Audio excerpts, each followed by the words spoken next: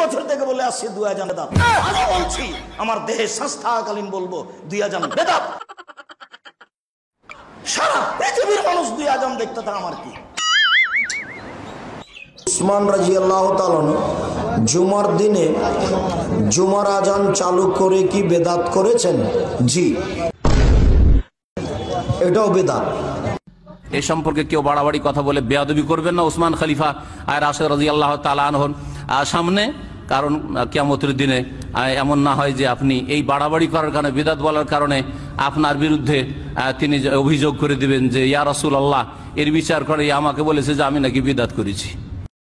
জুমার দিনে 2 আযান মসজিদে চলবে মানে হাদিস দেখাও তো বেটা, কয় লাইন তুমি পড়েছো? মসজিদে 2 আযান দিতে হবে, পৃথিবীতে কলমের কালি দিয়ে কোনো কিতাবে লেখা নেই। তুমি দেখাও তো বেটা, কয় লাইন তুমি পড়াশোনা করেছো? আমি মাদ্রাসাতে পড়াশোনা করিনি। হ্যাঁ, অনেকে বলে আমি তার মাদ্রাসায় পড়াশোনা করেছি। আসলে মাদ্রাসাতে পড়াশোনা করিনি, আমি জেনারেল শিক্ষিত মানুষ। Primary, high school, intermediate Naogaon সরকারি কলেজ থেকে কেমিস্ট্রিতে অনার্স। নবী পাকের জামানাতে বাবজি একটি আযান ছিল, রাসূলুল্লাহর জামানাতে একটি আযান ছিল, আবু বকর সিদ্দিকের জামানায় একটি ছিল, উমর ফারুকের জামানায় একটি ছিল, উসমানে গনি রাদিয়াল্লাহু তাআলা আনহু দুটি আযান চালু করেছে, একটি বাড়িয়েছে। মা আনা আলাইহি ওয়া আসহাবি, যে আমার সাহাবীর তরিকাতে আছে তারাই জান্নাতি।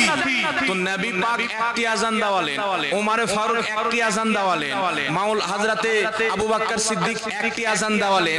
তো একটি আযান দেওয়া মুস্তাফার সুন্নাত, সুবহানাল্লাহ বলেন। একটি আযান দেওয়া রাসূল পাকের সুন্নাত, আর দুটি আযান দেওয়া সাহাবীর সুন্নাত।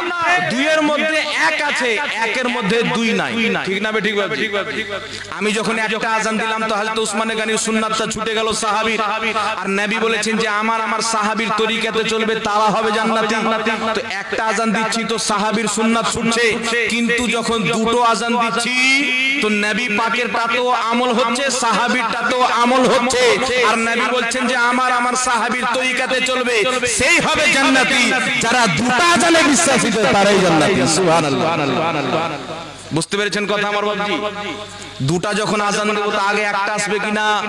তো একটা আযান আগে নবী পাকের, তারপরে সাহাবী। আমরা নবীর সুন্নাতকেও মানি, সাহাবীর সুন্নাতকেও মানি।